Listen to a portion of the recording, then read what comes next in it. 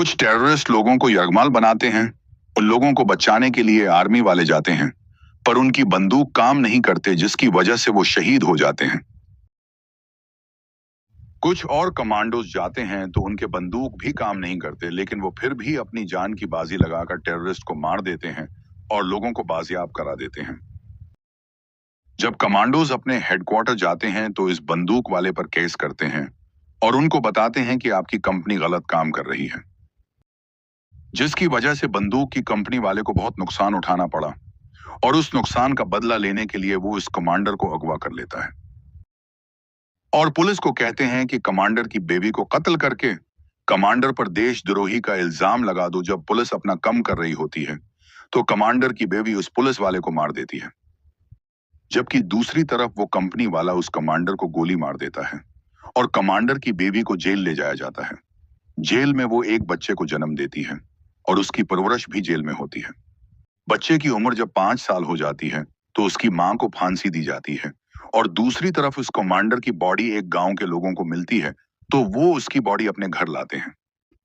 तो वहां गांव में उसका इलाज किया जाता है।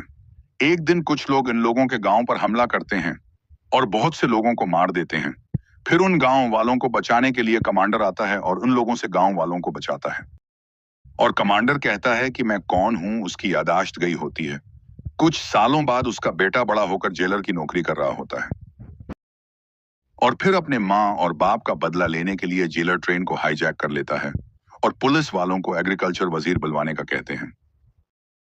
एग्रीकल्चरल वजीर जब आता है तो हाईजैकर उससे कहता है कि मुझे 40 करोड़ रुपए चाहिए, तो वजीर अपने इन्वेस्टर को फोन करके उसको रुपए ट्रांसफर कर देता है और पैसे मिलने के बाद हाईजैकर्स ट्रेन से चले जाते हैं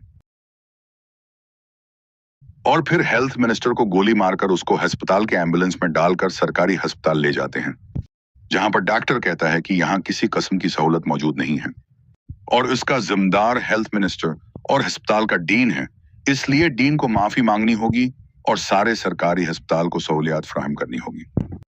तो इन्वेस्टर डीन को फोन करके माफी का कहता है और डीन माफी मांग लेता है और सरकारी अस्पताल को सहूलियत भी फराहम करना शुरू कर देते हैं।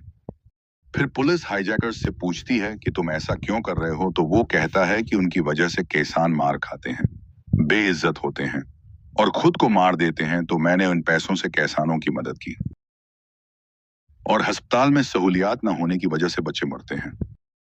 एक दिन इन्वेस्टर का भाई उस हाईजैकर को पकड़ लेता है और उसको मारता है कि उसको बचाने के लिए उसका बाप आ जाता है और उस इन्वेस्टर के भाई को खत्म करके बेटे को ले जाता है।